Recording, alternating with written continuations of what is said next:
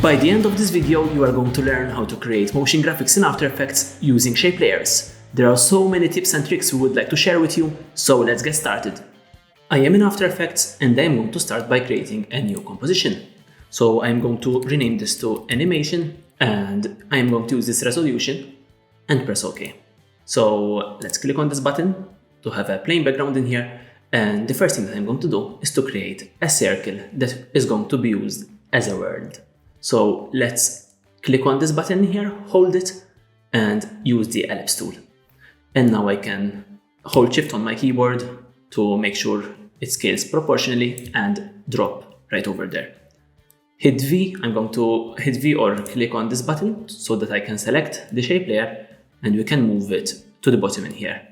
To align, you can also use these tools in here, which come in very handy, but in this case I would like half of it to be hidden in here, so I'm going to place it right over there. And I am going to immediately give it a color. So let's go to Fill. From here, I like to use a faded green color, something like this, and press OK. Now I am going to go inside the ellipse from here and go and find a stroke from here and make sure that I can see that. So let's click on this button right over here. Now open that stroke and we can scale the stroke width. So I'm going to increase the stroke width, something around this size. Great. Now I'm going to click on the color in here and choose a darker color, something like this one. Click on OK, and there it is already taking shape. And let's rename this. So enter on the name in here and type in your name. When that is done, I'm going to use Command and D to duplicate this layer. And I'm going to call this lines. So now I'm going to open this once again, go to contents, go to ellipse. From stroke, right over here, we're going to decrease that stroke width. And I'm going to change the color of this to white. Something like that. Press OK. And let's decrease it even more. Perfect. Now let's close stroke for a moment and hide the fill. So like that, I have a solid line that goes around with no fill for the shape layer. And if I open stroke once again and find where we have dashes, click on the plus, we can create dashes. Great. I can play with this, increase that value to make them longer. And when you are happy, you can close this and close that as well. Great. Now one final thing is I am going to duplicate this one more time, so Ctrl D on your keyboard, and I'm going to place it right below in here. And I'm going to open this, open contents, and I'm going to remove the stroke for this one. Go inside of ellipse path in here and increase the size considerably in here so that we have that little edge that goes out right over there. Perfect. I'm going to duplicate this one more time to have another one, and with this we are going to create a shading. So we are going to create an effect of light right over here. To do that, I can go to the fill, click on this and change it to a gradient like that. Great. So if I click on here, I have the option to choose the light for that. I'm going to go to this final color in here and make it all black. Perfect. Now I'm going to pick these little pointers in here to adjust where that light comes from, basically. And like that, we have shading over this whole thing to make it appear more 3D, more dynamic.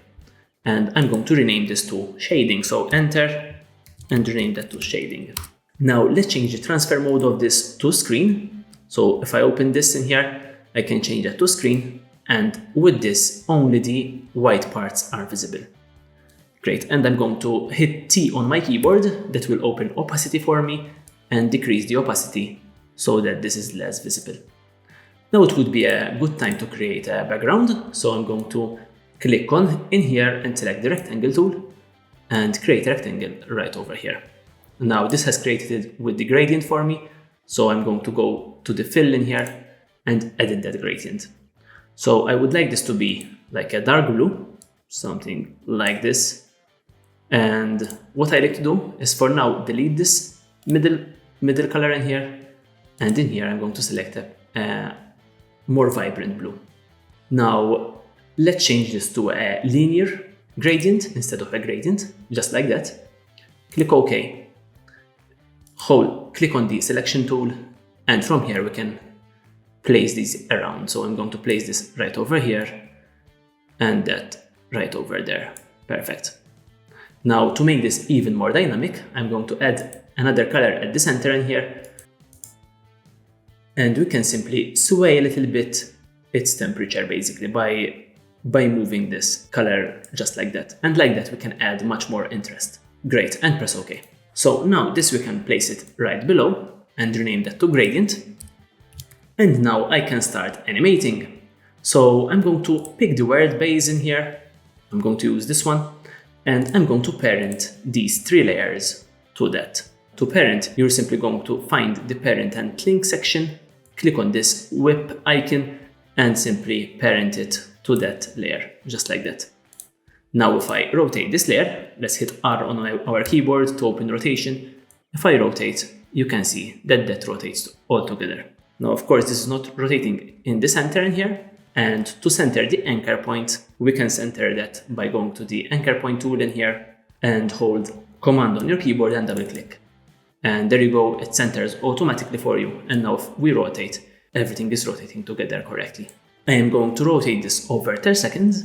So I'm going to go to the 10-second mark on my timeline, hit N on my keyboard so that the work area is set to that. And rotation, I'm going to toggle the stopwatch on in here, and I'm going to go right over to the front in here and add another keyframe from here. Now I can move to the last keyframe, and I would like to rotate this by 360 degrees. So now if I play, you can see that rotating. Now let's add some text. This is going to be quite fun. I'm going to create a text right over here, and let's rename this to motion graphics. And I can place it right over here. And I would like this to actually warp around the world, so it is rounded around this world. And to do that, it's very simple. We're going to click on the ellipse tool in here, make sure the text is selected, and we're going to draw a circle. And hold Shift on your keyboard, and I'm going to draw it slightly bigger than the world circle right over here. So now let's click on the pointer tool, select this mask that we have created, double click on that, and reposition it wherever you want like that to be. And now the text is hidden, but don't worry, we can enter inside text, and from path options we can change that to mask 1. Now the text goes around that mask. We need to change this reverse path in here so that it's the right side up in here. We can modify the first margin here to move it just like this. Now we can make this rotate with the world as well. So if we would like, we can simply pick whip that.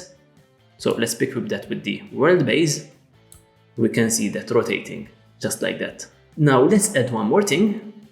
Let's add a sun, and let's make it go dark and bright basically, depending on the time of the day. Create from the ellipse tool once again a sun. So hold Shift on your keyboard, and you can modify the colors from here.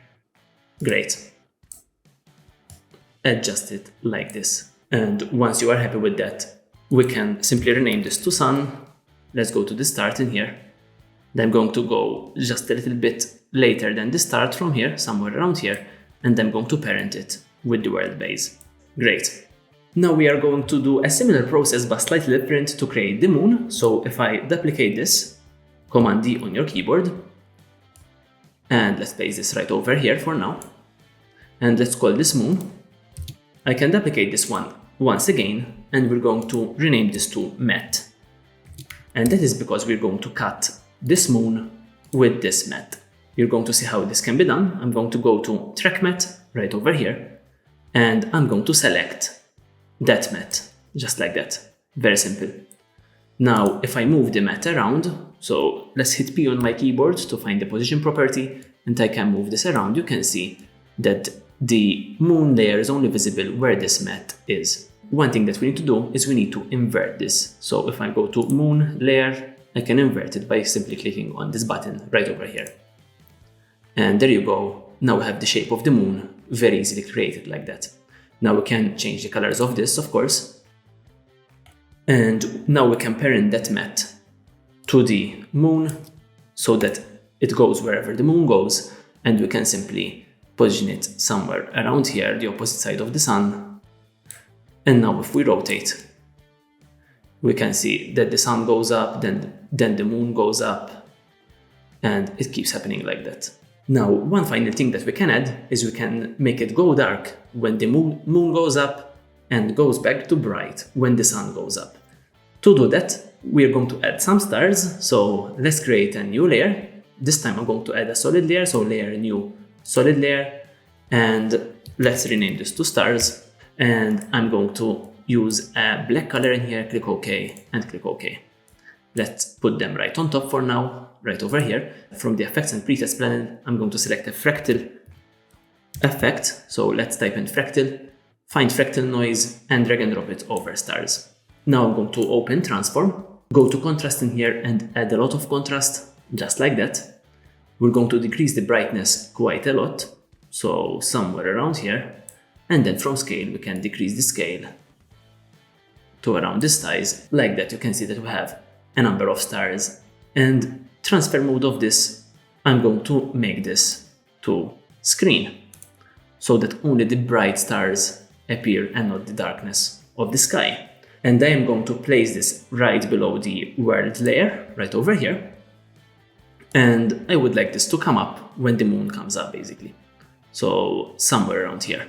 So I'm going to reposition this in the timeline, just like here. We can zoom in here if we would like. And I'm going to hit T on my keyboard for opacity. And I'm going to click on the stopwatch to create a keyframe. Now I can move this keyframe just a few frames right over here. And I can start this from 0. And like that, a new keyframe is created for us. And we can see this transition of fading in for the stars. Great, now we can fade it out around here. So we can click on this. And in here, we can make it back to 0. Great. Now this is great, but the sky is not dark. So to darken it, I'm simply going to duplicate this layer, Ctrl D on your keyboard, and change this to normal. And there you go, we have a dark sky. Maybe if it's less dark, it would be better. So we can open the opacity in here, select both of these keyframes, and make sure that the time in here is right on one of those keyframes. And now we can reduce this to, let's say, 50%. And like that now, we can see the sky goes dark and it goes bright again. So that is it, guys. We have managed to do a beautiful animation in After Effects, but we are not done yet. There are so many more techniques that we would like to share with you, so subscribe to learn more. Finally, if you would like to know how we added this grainy texture to this animation, you can follow this tutorial where we will explain just that.